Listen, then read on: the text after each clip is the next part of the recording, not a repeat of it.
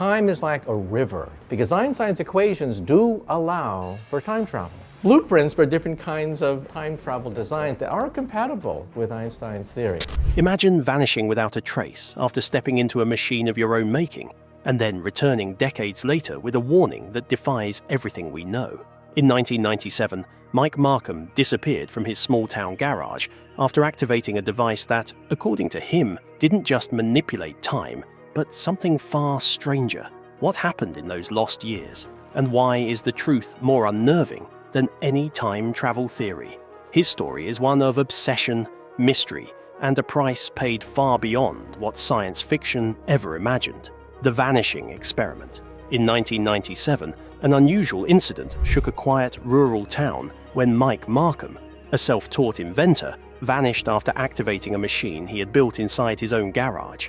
What made this disappearance stranger was the scene investigators found that same night. Mike's garage had burned to the ground, but instead of typical fire damage, there was a 6-foot circular burn pattern scorched deep into the concrete floor. Melted copper wires and destroyed transformers littered the site, marking a scene more reminiscent of intense electrical phenomena than an ordinary fire.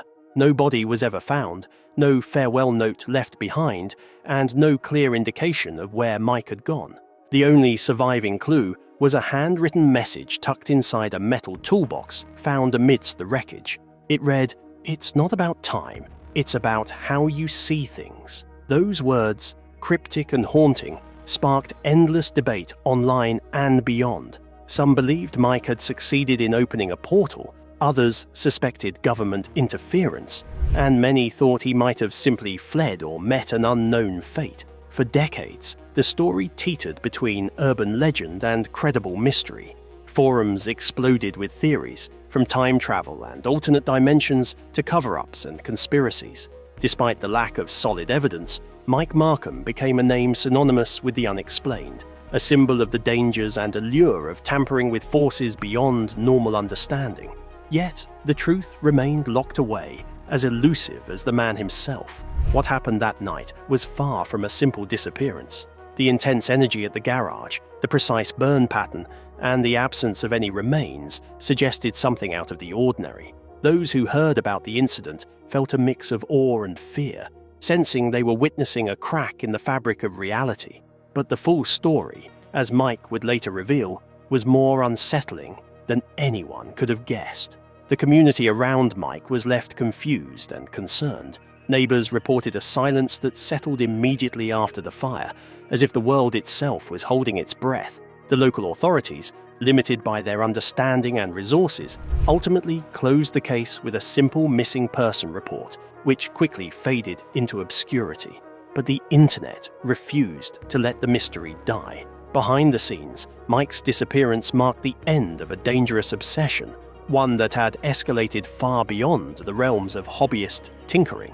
What had started as experiments with electricity had grown into something uncontrollable. Yet the question remained, did Mike disappear through his creation, or was there another explanation waiting to surface? As years passed, Mike Markham's story slipped from mainstream discussion into the fringes of paranormal folklore. Still, his enigmatic note and the haunting evidence of his last experiment inspired countless seekers searching for answers about the nature of time, existence, and perception. But the man behind the myth had not vanished entirely. The next chapters of Mike's story would provide shocking clarity and redefine what it means to disappear. Early obsessions and discoveries. Mike Markham's journey began far from the mysterious blaze that ended his known existence. Growing up in rural Missouri during the 1970s and 80s, he was a self-taught electronics enthusiast with no formal education or scientific backing. Mike's passion for electricity burned bright as he scavenged transformers from junkyards and taught himself the fundamentals through library books. His garage, converted from a humble shed behind a rented farmhouse, became his laboratory where sparks, arcs, and Tesla coils danced in wild experiments. At first, Mike's projects seemed typical for an amateur electrical hobbyist, experimenting with Jacob's ladders and high-voltage arcs. But his curiosity led him to an unexpected observation that textbooks did not describe. When shining a cheap laser pointer through the electric arc between two rods, he noticed the arc's behavior changed. It became more focused and stable, and objects nearby sometimes flickered in and out of sight. What started as a possible optical illusion quickly became undeniable to Mike. Small metal objects such as screws, washers, and coins would vanish momentarily, gone one instant, then back the next. This strange phenomenon unsettled him but ignited a deeper obsession. He meticulously documented voltage levels, environmental conditions, and carefully refined each setup to understand the effect. The research findings of his work have established new scientific fields. Mike believed he had discovered something genuine because he found something which physical laws had not yet explained. He needed proof to support his findings, which he presented to others. The question exists whether his mind created illusions or he genuinely affected the fundamental structure of existence.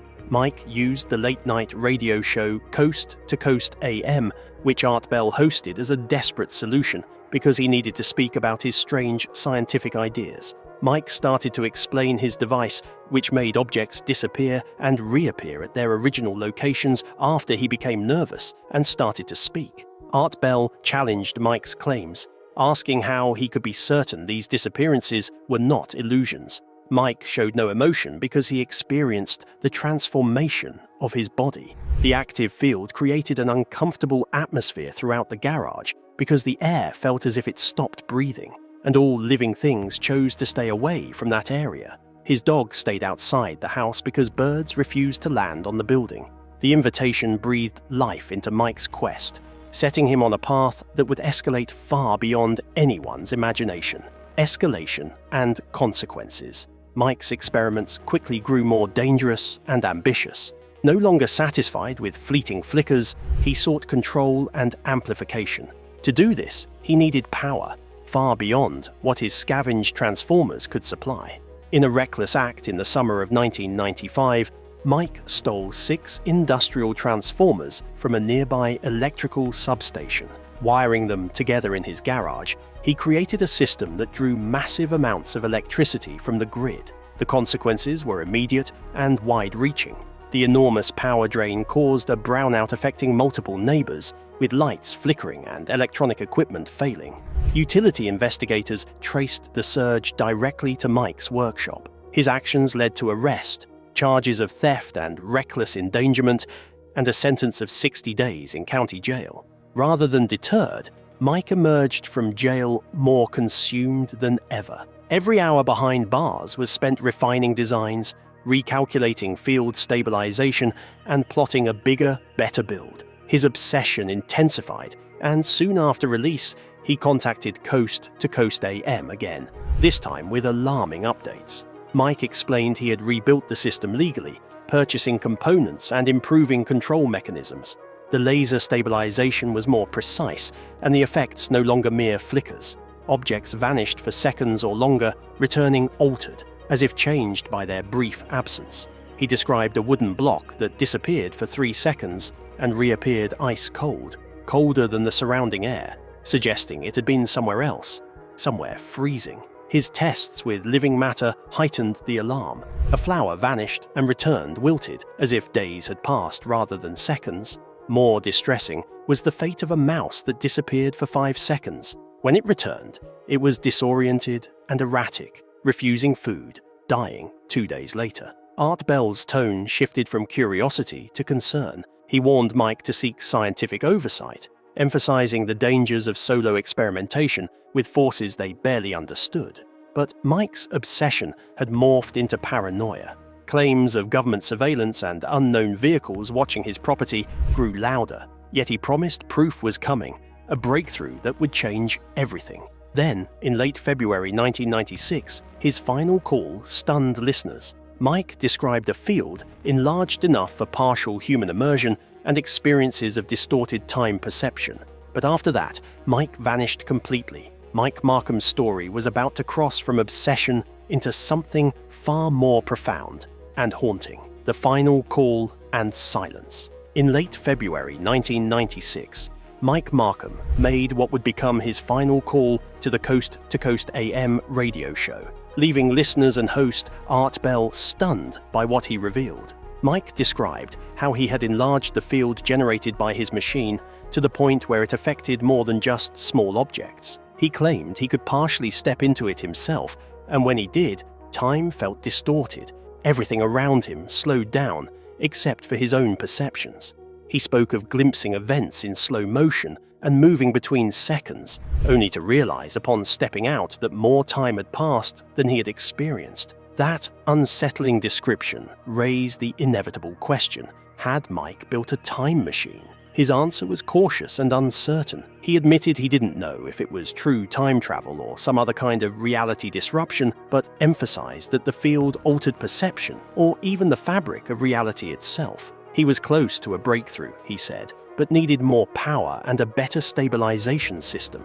Art Bell urged him to seek scientific help and warned against continuing alone, but Mike's paranoia had already started taking hold. Mike spoke of being watched, government agents surveilling his property, and vehicles on his rural road that didn't belong.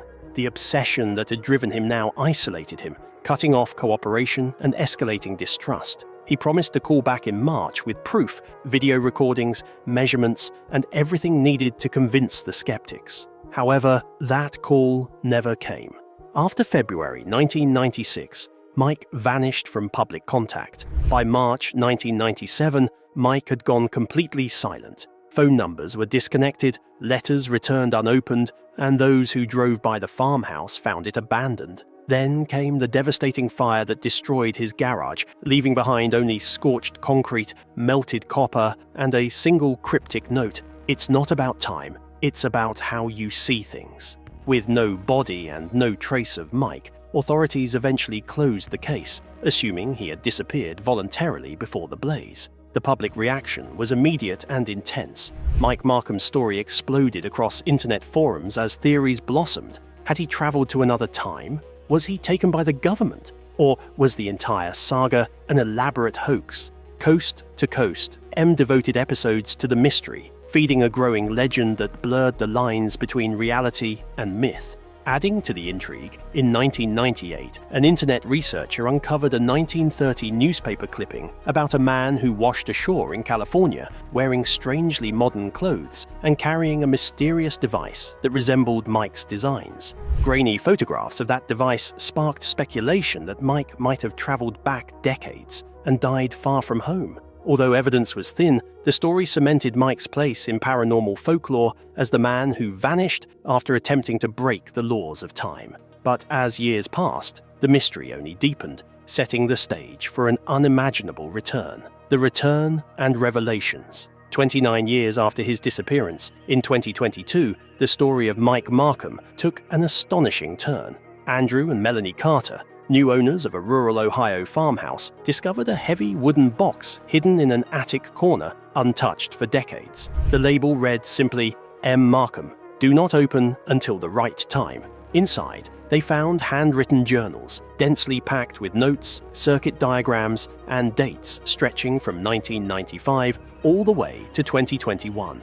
Among the contents were burned and pristine circuit boards, carefully wrapped in anti-static bags, and a Polaroid photograph dated June 21, 2021. It showed a man standing beside a large, ring-shaped metal frame, and on the back was written, "It did work, but not the way I thought it would." One journal contained the exact address of the farmhouse the Carters now lived in, alongside a note indicating optimal magnetic field stability for safely storing the equipment. The timing and location seemed impossible to be mere coincidence. After the Carters shared their find online, the post went viral within days, drawing the attention of countless followers familiar with Mike's legend. Then, just 3 weeks after the box's discovery, Andrew received a call from an unknown number. The voice was tired and worn, but unmistakable to anyone who had ever listened to Mike's original coast-to-coast AM broadcasts. Mike Markham had come back. When he arrived at the Carters' farmhouse in October 2022, Mike looked the age he should have after 29 years, 59, but his weathered, worn appearance suggested he had been through unimaginable ordeals. Over several hours, he told a story that radically reframed everything people thought they knew. According to Mike, he never truly traveled through time.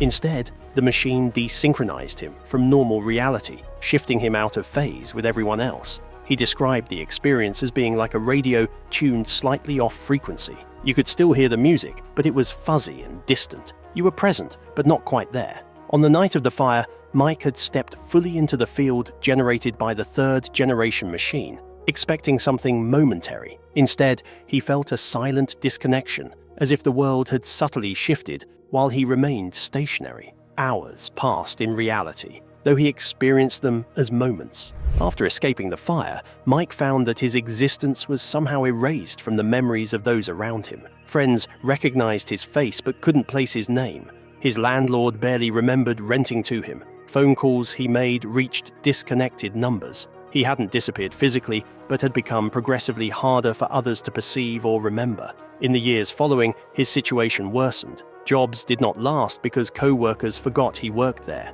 Bank clerks couldn't recall opening his accounts. He drifted through temporary rooms and cash jobs, places where no one needed to anchor his presence in memory. Through it all, he continued researching, trying to understand what his machine had done. Mike explained to the Carters that his machine didn't manipulate time, but rather perception, memory, and the quantum states that determine if a person can be observed and remembered. Memory creates reality, he said, and I damaged my ability to be remembered. Now, at this fragile moment, he could still be seen and heard, but feared he would soon slip completely into what he called unmemory, a state of existing without being held in anyone's mind. When asked why he had come back now, Mike revealed he was running out of time. Each exposure to the machine's field deepened the effect, robbing him of coherence within hours. The weight of his return lingered in the air, where memory and reality both seemed fragile and fleeting. The haunting reality of unmemory. After his return, Mike Markham revealed a terrifying truth that goes beyond any conventional idea of disappearance or time travel. He described living in a state he called unmemory, a condition where a person exists physically but slowly fades from the awareness and memory of those around them. It's not forgetting in the usual sense, but a gradual, quiet erasure of presence, as if the mind itself cannot hold on to the idea of that person. Despite tangible evidence of his existence, like journals and photographs, the living memory of Mike dissipated rapidly. Andrew and Melanie Carter, who hosted Mike during his return, experienced this phenomenon firsthand. The moment Mike left their home, both had to strain to recall what he looked like. His face began dissolving in their minds almost immediately, like trying to clutch water in their fists. Melanie scrambled to write down every detail she could remember, desperate to hold on as the images slipped away. Within hours, even the sound of his voice grew faint and ungraspable. The Carters' notes soon felt like unfamiliar writing, disconnected from any vivid memory. Over time, the emotions tied to the encounter, the awe, dread, and profound weight of Mike's story, blurred into a vague, dreamlike state. Years later, they described the experience as if it happened to someone else, a fading movie neither can fully recount, though the physical proof still remains. This is the true horror of unmemory, the coexistence of evidence with a vanishing presence. Mike warned that unmemory was worsening and inevitable. He could still interact, but each exposure to the machine's field deepened the effect, making him less real to others. This gradual disintegration of memory doesn't just rob a person of relationships, but tears at the fundamental nature of reality itself. Mike's existence became like an echo, a barely perceptible trace slipping through the cracks of human perception. This condition confronts us with a chilling question: what makes someone real? For Mike, reality depended on being remembered, recognized, and held within the minds of others. Memory creates and sustains presence. When memory fails, not merely forgetting, but an active erasure. Someone doesn't simply vanish or die, but becomes impossible to find. A face no one can recall, a name that slips away. Since Mike's departure, occasional sightings and reports surface, strangers with technical knowledge appearing briefly in university halls or conferences, only to be immediately forgotten. People claim encounters with a man introducing himself as Mike Markham, who disappears from memory moments later. These fleeting traces suggest that Mike's battle with unmemory continues. Wandering through a world increasingly unable to see him, the Carters kept their promise, locking the attic and sending Mike's journals to a private research archive, hoping someone would study his work responsibly. Yet, the story remains a cautionary tale about the cost of crossing unseen boundaries. The machine worked, but its price was far steeper than anyone imagined. In breaking the fabric of perception, Mike Markham broke himself. Mike Markham's story challenges everything we think we know about time, reality, and existence. It's a powerful reminder that being remembered is what truly keeps us alive. If this story fascinated you, please like, subscribe, and join us for more mysteries that push the boundaries of possibility. Thanks for watching.